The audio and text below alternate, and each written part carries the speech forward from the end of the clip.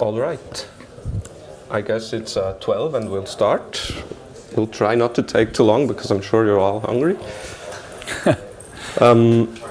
We'd like to welcome you to our talk on paving the road to Eirini. So paving the road, not actually an Eirini talk, but talking about what even was needed to make it possible to run Cloud Foundry in containers nowadays. My name is Lucas. I'm a developer at a company called Adfinis SyGroup in Switzerland. This next slide is what my marketing made me put here. We're all over Switzerland. Yeah, and my name is Peter Andersson, and I have a very fancy title, Application and Development Platform EMEA Technical Strategist. What does it mean? It means that I'm an SC working on the EMEA level and taking care of Cloud Foundry in the SUSE context. And this is a little bit what we do at SUSE. Many of you might remember SUSE as the old company that does only SUSE Linux Enterprise Server. But we do a lot of other stuff. So we have a big stack starting from the bottom and going up to application delivery. Well, that's why we are here. Where we have SUSE Cloud Application Platform, which is the SUSE incarnation of Cloud Foundry. Yeah, please. Switzerland and Sweden, something that often gets confused, which is what makes it even more fun to present together. I'm from Switzerland. We do cheese. We also do Swiss Army knives, chocolate, Heidi, and watches. And as you might have guessed, I'm from Sweden. So Sweden and Switzerland is not the same country, two separate countries. So this is typical Swedish, IKEA, pickled herring, and as we in Sweden have the highest taxes in the world, also put the tax authority logo here.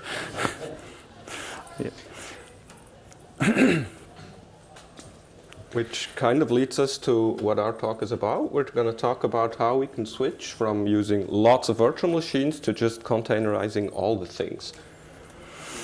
But I'm going to do a little bit background. Why do we need it? The good old days when we want to virtualize things, we put a virtual machine in here. Which this is representing. So when you want to run an application and want to have better control and manage it, one idea could be to put a virtual host here. And it adds some layer here that puts a lot of extra hardware constraints. And next step is to moving into container, and we try to illustrate it as much smaller. So overhead is much smaller, and starting an app up here when you have to boot up the whole stack takes a long time, and using a container technology, running the app and start up this stack takes more or less native app starting time. But what happens when doing that is that you got a lot of containers out there, and manage them becomes a problem. So good old guys at Google, I think they invented Kubernetes. So they created something called Kubernetes, and it helps you to manage all these containers. And so they group them together in what's called pods, and set up a cluster that runs the whole Kubernetes environment. Running the container environment. So you have a couple of nodes that runs it. They are failover, so if one goes down, the other one takes over, and you have a rule set on the master that tells which pod should be up and running, how many instances of it. If you're running out of resources, scale up, and so on. So this is the next architecture. Switch, next one. But if we take that into context of Cloud Foundry, so what SUSE has done is making sure that you can run Cloud Foundry inside Kubernetes or on top of Kubernetes. So it creates a lot of pods, which we try to represent here. But one interesting thing is here, the Diego cell, or Diego scheduler, that actually runs the apps you push. When you run CF push, you push it up to Cloud Foundry, and it runs inside Diego. And that makes it running a scheduler inside the scheduler. So that's where the issue comes in. So please switch to the next one. So the idea is to make sure when you do your CF push, it should create a pod itself, not running inside Diego. So as an operator, when you run your kubectl commands, you should see the Cloud Foundry apps up there. So that's the whole idea behind Eirini. Yep. So this is the software stack for SUSE. So some kind of hardware or virtualized hardware, or you can run it in the public cloud, run it on top of a Kubernetes service, either in the cloud or SUSE CASP, which is a Kubernetes solution from SUSE. And then on top of that, you install SUSE CAP or SUSE Cloud, SUSE Cloud Foundry. Why does this all matter? It makes deploying Cloud Foundry much more lightweight. Like in a small Cloud Foundry deployment using the Pivotal Cloud Foundry sizer, we end up with like 30 plus nodes. Sorry about the very how do you say, about the graph, which isn't very nice, but we ended up just using much less nodes. Maybe on Azure you can get by with 11 nodes, so you only need to manage 11 nodes and you don't need to manage 31 nodes. Also, the nodes are much less specialized than compared to your typical Cloud Foundry deployment. Now to the main parts about this talk. It's about a somewhat bigger deployment we did for one of our government customers. Sorry. They wanted to enable the developers to do their thing. They have lots of tailor-made applications, and the time to market is, like with every customer, a big focus for them. They also needed lots of self-service capabilities to be able to scale out the platform so lots of people can actually use it. But then again, we're in Switzerland. One bad thing about Switzerland is we don't have any specialized cloud regions. Like in the US or even in Germany, you have like a dedicated government cloud region that can be used for that. But in Switzerland, we don't have that. Also, in Switzerland, historically speaking, everybody always wants to have everything on premise. Like banking or pharmaceutical industries, for them it's really important not to like share or put their data somewhere like in the public cloud. The government has these things as well, wants that as well. And this is one of the main factors why we always hear on-premise deployment as a criteria in Switzerland. Nobody wants to go into the public cloud because they're still rather afraid in putting their data outside of their control, like outside of our borders. With that in mind, we had a few simple goals with the deployment we did for our federal customer. We wanted to provide a PaaS solution for all Swiss federal offices. We wanted to integrate lots of services into an existing service catalog. Now, this isn't like an open service broker service catalog. They just had a legacy service catalog where you can order VMs or whatnot. And we're integrating our PaaS solution into that. This also meant connecting it up to an existing SAP landscape that was really well thought out for how they can build their various federal offices that are customers of our federal IT provider. They also had some physical separation use cases, and they wanted to make their dev as well as their ops very happy with the solution we were building for them. This slide is actually something that the customer used to get started, so they could like figure out what the different use cases our platform should have. There's like end users that could be anywhere in any Swiss federal office in Switzerland, but there's also internal users which are much more closer to the platform, and they usually get a bit more rights. So they interact with the CF API directly, while other end users could use only the ServiceNow integration that we did to enable our customers to use the platform. Then there's the operator role, which is very traditional. Operators usually have full access to the cluster, so they can debug and fix things. And then there's also a platform owner, which is thinking about the government's platform and the cloud strategy they have. That is also where the whole commercial and management aspects come in. Throughout the project, we were pretty happy to be able to work with SUSE because we had like direct access and were able to influence the future of their platform in some ways that were important for our customer. For us, the open source first, upstream first mantra of SUSE was also rather important because it helped us fix some stuff at upstream venues without really having to open like support cases. For us, it's also interesting that we have an opportunity to help lay the future of government cloud computing for our little country in the Alps. There were quite some challenges we faced, and the main part of my talk I'm going to focus on the different lessons we learned doing that. First of all, we had this challenge of existing architecture. They knew they had HP for their compute, and they wanted everything to run on bare metal. In the storage area, there was already quite a large NetApp cluster that we were tasked to use, and the network was very classical, at least from a Swiss point of view. They're using Cisco on their LAN, and they have F5 from Big IP the other way around on the edge. Now, with compute, we thought this would be a no-brainer. We thought we could just add new nodes and use them. But we had to end up automate some things that weren't automated out of the box.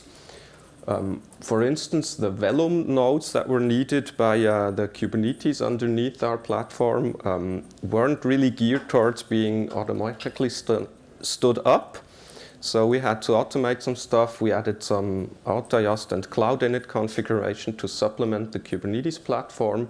This was mainly to make it easy to stand up multiple clusters, because our customers had like these security ideas that just didn't make it easy enough to run everything in one platform. So we automated standing up lots of platforms.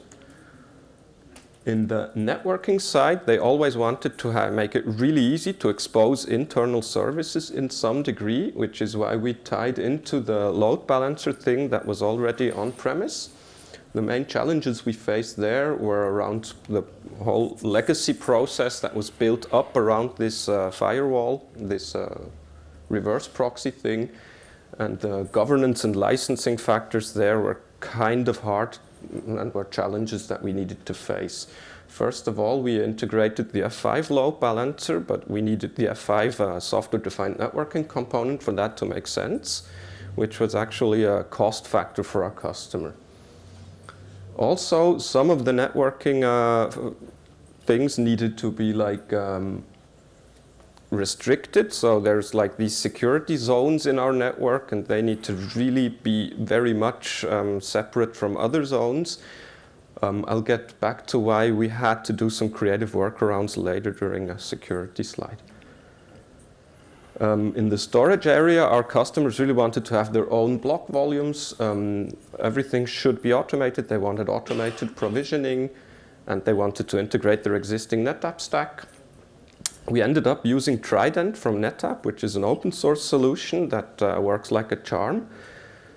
The only thing it doesn't do right now is manage snapshots for us, which is right. We have out-of-band snapshot management for the time being, which will be updated soonish, I hope, to the next version of Trident, which will also implement the container storage interface spec. So our platform is really converging into following the best practice standards and what's coming out over the next half year. Another large part of our work was enabling our customer to do backups and also to restore them. Our main focus was on disaster recovery, but also on business continuity management. We intended to not back up full nodes from the get-go, because lots of the things like container images can easily be rebuilt. So we wanted to really focus only on backing up state. We did end up backing up some things that aren't strictly state, like for me a container image isn't state, but we ended up backing those just for the reason to get a faster time to recovery in the case of any things.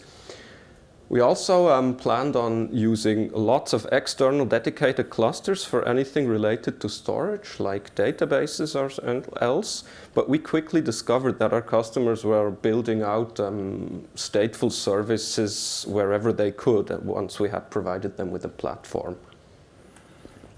This led to a very much multi-pronged approach when doing backups. We back up the Kubernetes state using a tool called Velero from Heptio. You might have heard of it under the name Arc. It was renamed this year sometime. We're using CF plugin backup to back up like the Cloud Foundry state itself. And then we have physical volume snapshots, which we are doing through NetApp, just not automated. We're triggering them manually. We even added some additional do-it-yourself tooling to back up the etcd state from the cluster, just to be sure that we have like multiple backups of that, because there is from the ops perspective, it's like the most important state. And then we added lots of different dedicated solutions for in-cluster services. Like we use tooling to back up MongoDB, we do different tooling for Cassandra. And we, as well as our customer, needed to understand all these backup toolings so they can manage them, and that the know-how is broad enough so in case of a disaster, everyone knows what to do. Central logging was also a requirement. Our customer wanted centralized logging to be a first-class citizen. They already had an existing Splunk infrastructure, and they were thinking about logging to that. But they also wanted everything to have like batteries included for their customer.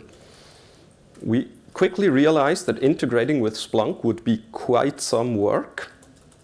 And so we just started using like the Elasticsearch stack with Logstash and Kibana, as was already integrated in the SUSE Cloud Application Platform. Under the hood, Kubernetes logs are shipped to this using Fluentd on the nodes, and the Cloud Foundry logs get shipped to this stack using the Firehose nozzle. In the long run, we might still consider shipping logs to Splunk, but we would grab them from the Elasticsearch stack and just ship them there for that. It's more or less up to our customer to decide if they want that. Splunk isn't cheap as such. Monitoring was also something that was important for a customer. They needed to have like key performance indicator-based monitoring. They also wanted to offer this as a service for their app developers and for their various tenants. And they wanted to not have a single point of failure in their monitoring stack, while still adhering to the policy of least exposure during exposing metrics. For us, this led to us using Prometheus, a very classical Prometheus and Grafana stack with lots of exporters that aggregate data that can then be read into a Prometheus instance. In the end, we ended up deploying multiple instances of this Prometheus monitoring stack. For start, we did 2 complete deployments of Prometheus just so they can monitor each other. So if one of them doesn't work, the other Prometheus will notice, and we can go in and debug what's wrong and try to fix things. From the user's point of view, we also build lots of dashboards, which are, in this case, it's just a screenshot of a node dashboard, but our customer is really building lots of specific dashboards. So if they offer a database as a service inside the cluster, they will usually implement a nice dashboard, which they also automatically deploy to, just so the end user already has not only data in the monitoring solution, but a large amount of different dashboards that look nice and are understandable. Now come the real challenges. First of all, security. We decided in Switzerland as a whole not to write our own container security policies. We're mostly working with the NIST special publication on application container security from the States.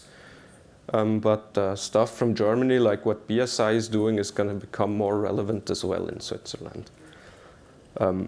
Network isolation was very important for a lot of our customers. Some have use cases where they really can't share resources with other parts of the government.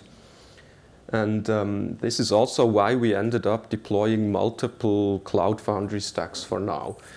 Right now, in the stack we're using Flannel as a networking plugin, which only does subnet isolation, is really easy to circumvent, and we're really looking forward to replacing this with Cilium, which will be supported in future releases of the Kubernetes we use underneath Cloud Foundry. In the long run, I'm expecting that we might start using Istio or whatever service mesh is going to be the service mesh of the day. I'm really hoping for some more consolidation in this area over the next, I'm going to say, year or so.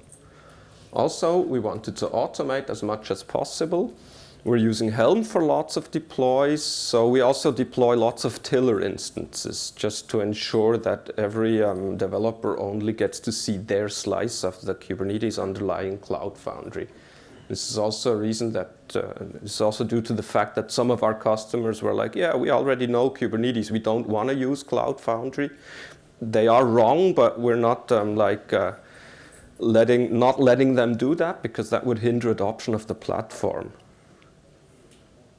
In the Cloud Foundry parts of the stack, automating security stuff was much easier because it was just much more mature than what was already becoming available in Kubernetes at the time that we started, but just wasn't ready for business.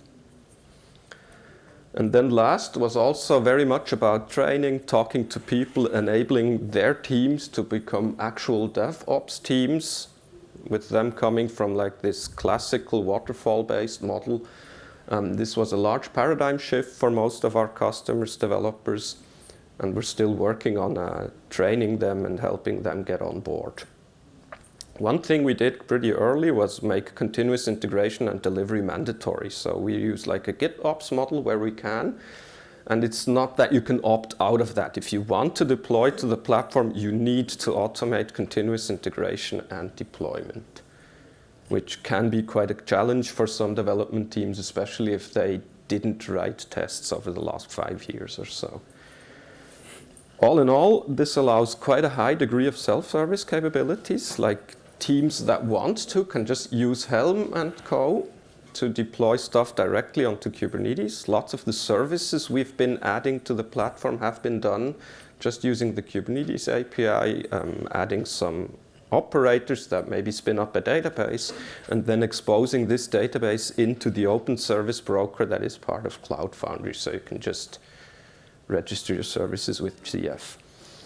We also did lots of trainings on this, and one of the tools we used for this training, I have a simplified version of it here, is a reference architecture that helps onboard new developers. The real thing has much more boxes, so it really has a small box that every developer can like find himself in, and even ops guys can figure out where they used to be and where they are going to be part of the new platform that we're building. In the future, we still have lots of work before us. We're going to update to the newer versions of Kubernetes as offered by SUSE. Quarks and Eirini will solve lots of issues we had to work around. So most of the talk with the lessons learned were really workarounds for stuff that we knew were coming, like having separate clusters with Flannel on them versus being able to use Cilium as a network stack. That really makes it much easier to separate different workloads. Right now, our customers are constantly adding new services. There's like multiple teams. All they do is just build new services to deploy into the platform and then hook them up so the developers can use them. Things like Cassandra, Apache Spark, or PostgreSQL come to mind. Looking a bit more forward, we're really looking forward to getting all of this updated, and then we'll be able to deploy the platform using Helm and having a ton of operators to run it, so it will be pretty much in line with what everyone is preaching here. Yep. So if we continue the journey onto Eirini, SUSE Cap 1.4 is the first release that had Eirini as a technical preview. We just released 1.5 a few days ago, so it is up to you to test it now if you want to, and look at what can Eirini provide for you. So you get the best world from both the operator perspective and the developer perspective. Yep, I think you can continue. That's already it. Thank you for your interest. Take the next slide as well. So I want to talk a little bit about the other sessions that we have. So we're going to talk about Stratus and a couple of others. That's a graphical interface to Kubernetes and Cloud Foundry, of course. And there is some Eirini's discussions as well tomorrow that I recommend you to, if you want to dig even deeper into Eirini. All right, thank you. Thank you.